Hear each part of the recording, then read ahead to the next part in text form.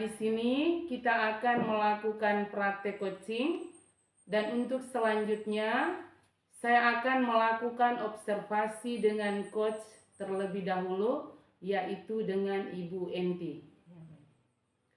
Selamat pagi Ibu Enti, bagaimana kabarnya hari ini Ibu? Selamat pagi juga Ibu Enti. Kabar saya hari ini puji Tuhan baik adanya Ibu. Baik Ibu, untuk hari ini kita akan melakukan kegiatan coaching. Jadi begini Ibu, nanti saya akan mengamati jalannya coaching antara Ibu Enti dan Ibu Vero. Dan sebelum itu saya akan mengajukan beberapa pertanyaan untuk Ibu. Yaitu yang pertama, mari kita sepakati terlebih dahulu bagaimana rubrik penilaian yang akan digunakan dalam praktek coaching kali ini, Ibu. Baik Ibu, untuk rubrik penilaiannya saya menggunakan alur Tirta Ibu, yaitu tujuan, identifikasi, rencana aksi, dan tanggung jawab. Dan coaching yang saya lakukan ini sesuai dengan prinsip coaching, yaitu kesadaran penuh, mendengarkan aktif, dan mengajukan pertanyaan berbobot. Baik Ibu, untuk pertanyaan yang kedua, kompetensi apa yang akan Ibu kembangkan dalam coaching kali ini Ibu? Ya Ibu, baik kompetensi yang ingin saya kembangkan dalam proses coaching kali ini, yakni yang pertama kehadiran penuh, yang kedua mendengarkan aktif, dan yang tiga membuat pertanyaan berbobot Ibu. Baik Ibu, selanjutnya dari kompetensi-kompetensi yang tadi sudah Ibu sampaikan, bagian mana yang secara spesifik ingin diobservasi di proses coaching ini Ibu? Oke, bagian kehadiran penuh Ibu, karena dengan kehadiran penuh saya dapat memberikan coaching kepada coach saya dan saya lebih fokus untuk mendengar coach Ibu. Oke, baik Ibu. Pertanyaan yang terakhir, sebelum proses coaching ini, dari tujuan pengembangan yang ada, indikator ketercapaian seperti apa yang Ibu inginkan? Baik Ibu, indikator coaching kali ini yaitu coaching mampu menemukan solusi atas permasalahannya sendiri. Oke, baik Ibu. Nanti setelah proses coaching ada sedikit pertanyaan-pertanyaan lanjutan. Nah, sekarang kita lanjutkan untuk proses coachingnya. Maka untuk waktu selanjutnya saya persilakan kepada Ibu Enti dan juga Ibu Vero. Silakan Ibu berdua. Baik Ibu, terima kasih. Sama-sama Ibu. Selamat siang Ibu Vero, bagaimana kabarnya Bu hari ini? Selamat siang Ibu Enti, kabarnya baik. Oke, syukurlah Ibu, kita semua dalam keadaan yang sehat adanya dan kita dilindungi oleh Yang Maha Kuasa. Ibu Enti, kira-kira Ibu keberatan atau tidak ya jika siang ini kita ngobrol sebentar saja? Boleh Ibu, boleh. Terima kasih Ibu telah meluangkan waktu untuk berdiskusi dengan saya. Sama-sama Ibu Vero. Ibu Vero, kalau boleh saya tahu apa yang sedang Ibu risaukan.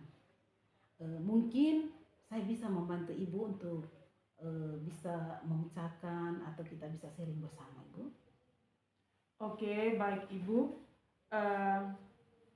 Terima kasih sudah menanyakan hal ini kepada saya sehingga saya bisa merasa lebih tenang dan nyaman.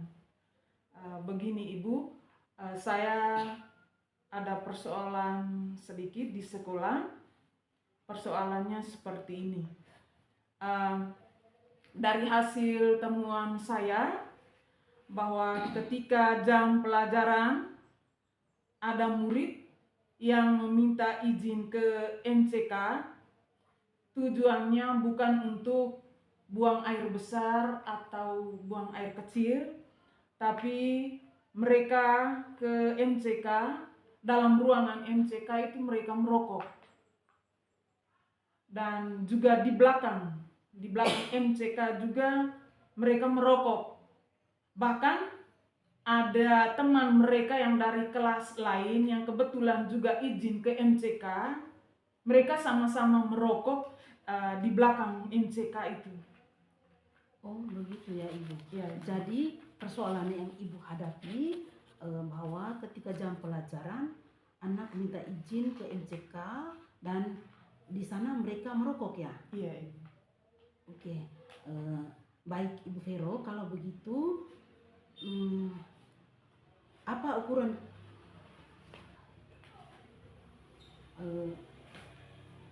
Diharapkan. baik Ibu Vero, kalau begitu apa yang Ibu harapkan dari proses coaching kita hari ini? Yang saya harapkan dari diskusi kita kali ini, yakni saya bisa mendapatkan solusi jalan keluar yang terbaik untuk bisa mengatasi masalah yang saya hadapi di sekolah ini. Baik Ibu, kira-kira selama ini Ibu sudah ada upaya belum untuk bisa membuat anak ini mereka lebih kembali fokus untuk mengikuti pelajaran daripada ke MCK untuk merokok, Ibu? Baik Ibu, selama ini saya sudah pernah mencoba, yakni seperti ketika saya bertugas sebagai piket di apel pagi, itu saya menekankan hal ini, bahwa ketika jam pelajaran berlangsung, kalau mau izin ke MCK jangan berkelompok, cukup satu-satu orang. Dan juga saya juga menyampaikan ke Bapak Ibu guru, kalau boleh memberi izin kepada siswa ke MCK jangan 2-3 orang, cukup satu-satu orang, sehingga kemungkinan untuk mereka merokok dengan teman itu kemungkinannya kecil, bahkan tidak. Ini khusus yang laki-laki. Kemudian saya juga sudah pernah mencoba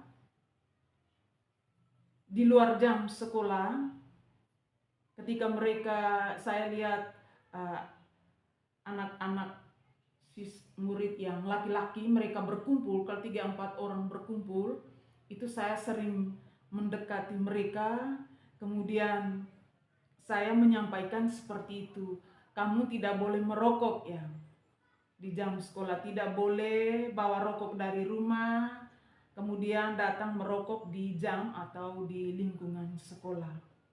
Itu saya sudah pernah coba. Dan saya juga pernah menertibkan murid dengan khususnya laki-laki, itu ketika mereka izin ke MCK 2-3 orang, saya langsung katakan 2 orang duduk, cukup satu yang keluar dulu, cukup 5 menit. Setelah kembali satu lagi keluar, seperti itu. Oke, luar biasa sekali Ibu Vero, berbagai macam upaya yang Ibu sudah lakukan, baik Ibu sudah menyampaikan langsung ke mereka, menasihati mereka, menegur mereka, juga ada upaya dari Ibu untuk bisa melimpahkan wewenang kepada guru lain untuk bisa menegur mereka dan mengizinkan mereka juga tidak berkelompok tetapi satu-satu. Bagus sekali Ibu. Kira-kira kalau kita rating dari 1 sampai 10 menurut Ibu Vero itu di mana posisi Ibu? Baik Ibu, kalau posisi saya dari strategi cara yang pernah saya lakukan ini, maka saya di posisi 7 sampai dengan 9. Angka 1 sampai dengan 9. Oke. 8 sampai dengan 9. Oke. Baik Ibu, ratingnya agak ini tinggi ya, dari 7 sampai 9, berarti selama ini upaya Ibu sudah ini. Oke, dengan melihat peringkat yang ada, kira-kira adakah tantangan yang Ibu sedang hadapi? Ada Ibu, ada tantangan yang dihadapi itu di sekolah, contohnya sampai dengan saat ini sekolah kami tidak ada tembok atau pagar pembatas, sehingga ketika di jam istirahat Bapak Ibu guru yang ada kurang mengawasi gerak-geriknya siswa, karena kelihatan mereka pergi berbelanja di kios-kios terdekat yang ada di luar lingkungan sekolah. Jadi di sini Bapak Ibu guru kurang mengawasi ruang gerak mereka, sehingga kemungkinan mereka juga bisa membeli rokok di kios-kios kecil terdekat yang ada di luar lingkungan sekolah, sehingga nanti mereka bisa merokok di MCK saat pembelajaran itu. Menarik sekali Ibu. Kira-kira apa yang Ibu butuhkan untuk mencapai tujuan tersebut, Ibu? Baik Ibu, saya sangat membutuhkan strategi untuk bisa mengendalikan murid, khususnya murid laki-laki yang merokok pada jam sekolah. Oh ya, begitu Ibu. Kira-kira apa saja Ibu langkah-langkah yang Ibu lakukan untuk mengembalikan anak-anak ke posisi yang aman, nyaman, dan anak-anak itu bisa tidak merokok, Ibu?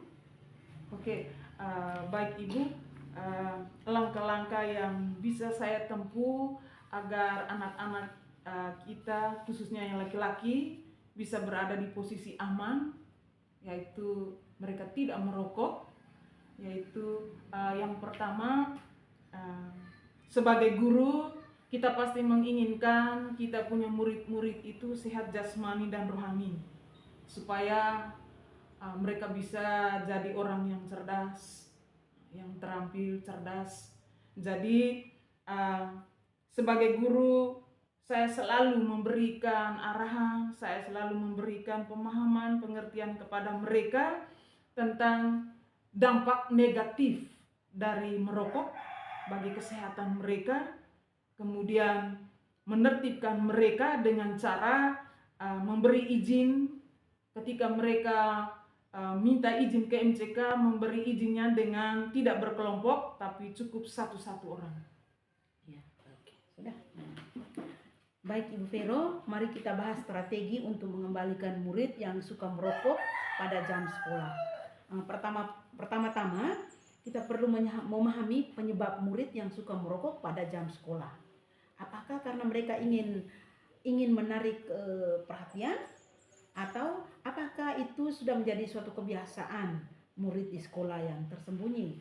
Dan yang berikut, kira-kira apa itu karena kurangnya peran kontrol guru mata pelajaran di kelas, atau semua guru yang ada di sekitarnya, Ibu? Oke, baik Ibu, saya pikir yang pertama, siswa yang merokok pada jam sekolah, penyebab yang pertama faktor internal itu yang pertama, keinginan untuk mencoba sesuatu yang baru. Di sini anak mereka sering berkumpul dan bermain dengan teman-teman mereka, banyak menemukan hal-hal baru, dan salah satunya ini adalah merokok. Pada awalnya mereka hanya mencoba, mereka temukan, kemudian mereka mau mencoba, namun pada akhirnya menjadi suatu kebiasaan. Itu faktor internal yang pertama. Kemudian yang kedua, keinginan untuk diterima oleh temannya. Maksudnya di sini anak-anak lebih banyak menghabiskan waktu bersama dengan teman-temannya, dan mereka merokok saat berkumpul. Jadi bagi mereka merokok itu merupakan kebiasaan yang dilakukan oleh teman-temannya, sehingga dapat mempengaruhi teman yang lainnya, sehingga teman yang lain tadi ikut merokok sebagai pernyataan bahwa mereka merupakan bagian dari kelompok itu. Itu faktor internal. Kemudian yang menjadi faktor eksternalnya, yakni yang pertama, pola asuh orang tua. Ya, kemungkinan besar bapak atau ibu, bapak mama mereka dari anak-anak ini juga merokok.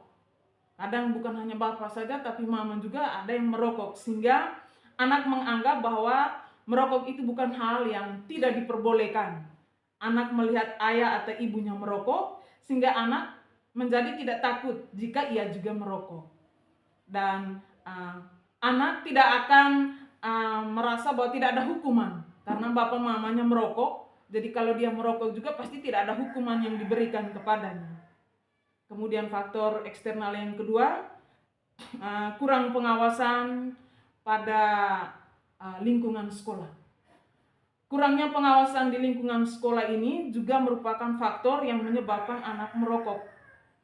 Pihak sekolah membiarkan anak-anak berada di kios-kios yang berada di luar lingkungan sekolah, yang nantinya bapak ibu guru yang ada juga sulit untuk mengawasi ruang gerak mereka.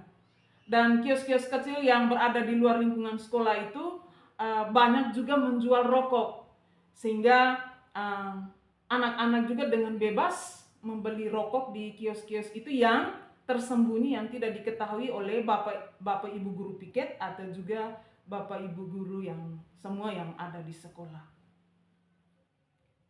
Begitu ya Ibu. Kira-kira apa saja yang dapat Ibu lakukan agar murid tidak merokok lagi pada jam belajar? Oke, baik Ibu. Menurut saya, kita sebagai guru pasti menginginkan murid kita itu sehat jasmani dan rohani, serta menjadi manusia yang pandai dan cerdas.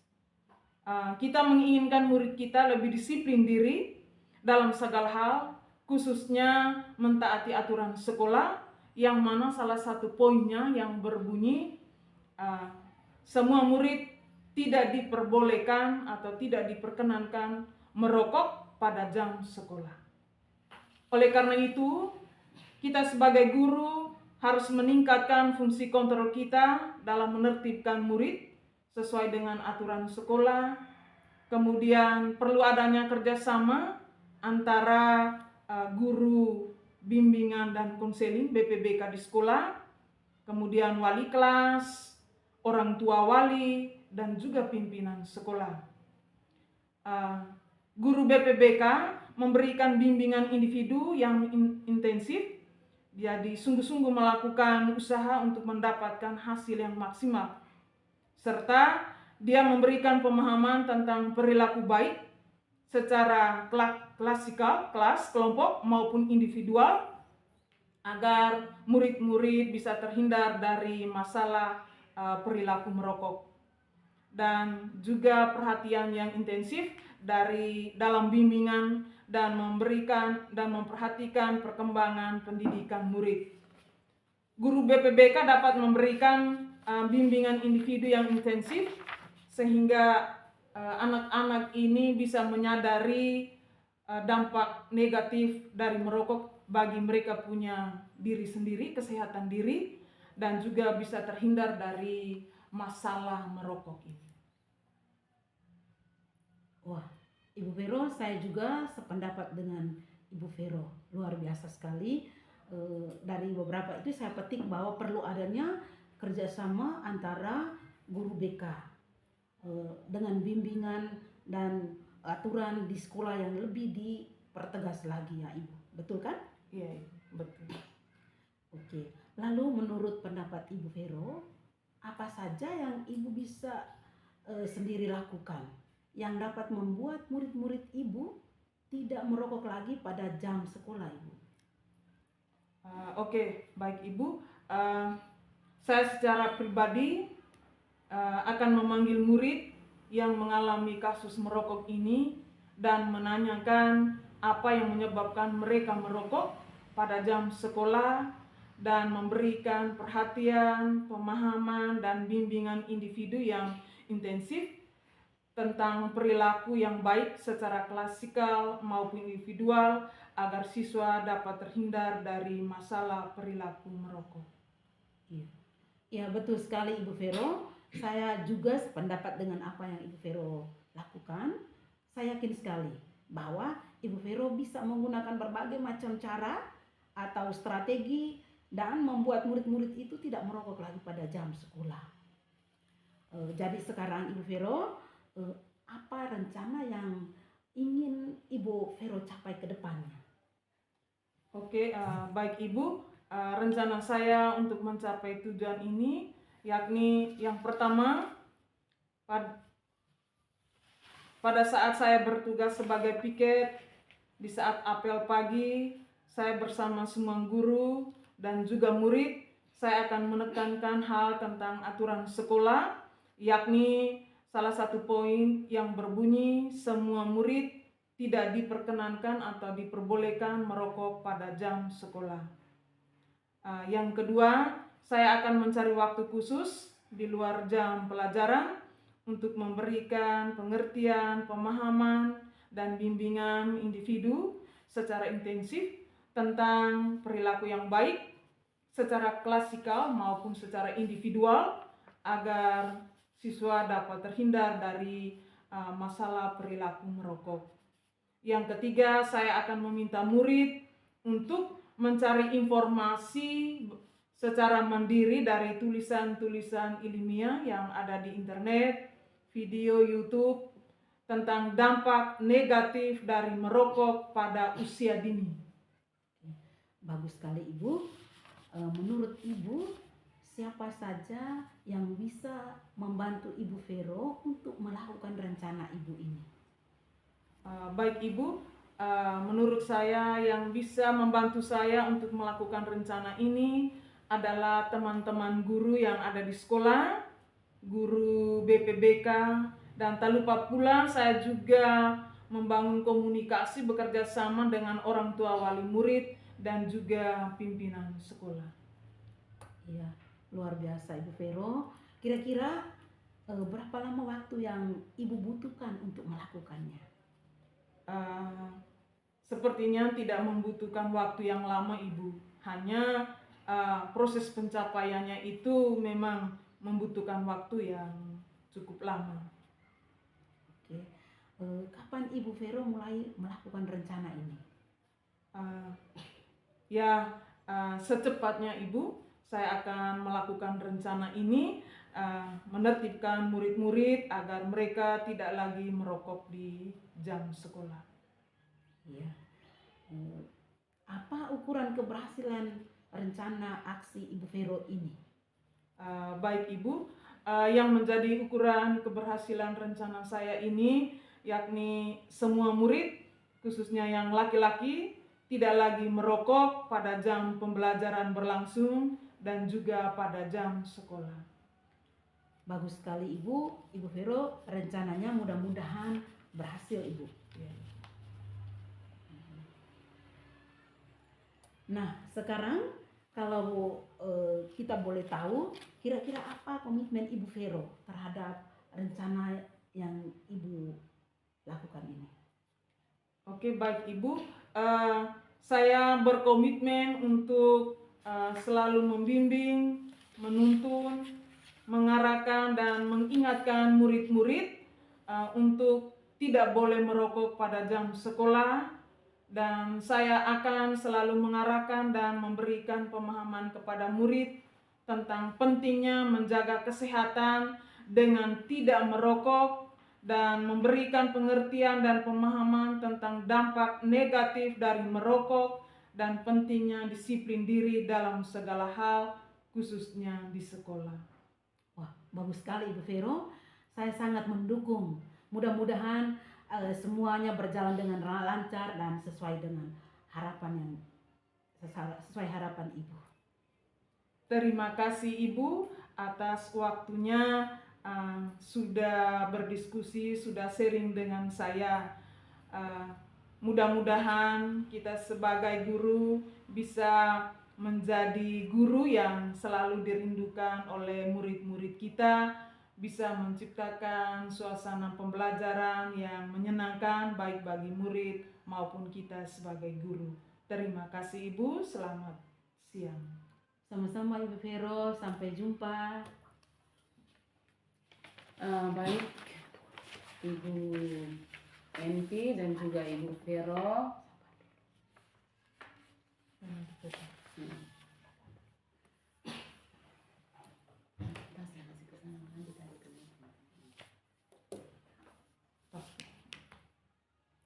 Baik Ibu berdua, Ibu Enti dan juga Ibu Vero, tadi sudah melaksanakan praktek coaching dengan baik, dan sudah saya sampaikan tadi untuk coach masih ada pertanyaan lanjutan sesudah proses coaching.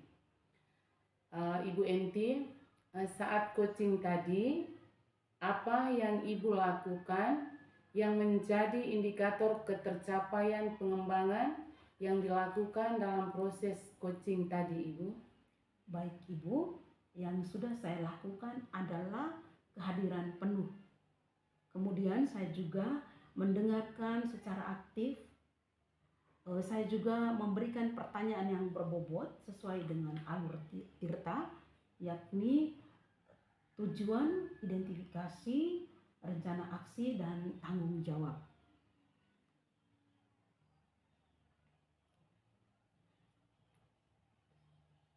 Baik Ibu, sesuai pengamatan tadi juga bahwa Ibu sudah melakukan sesuai dengan alur Tirta,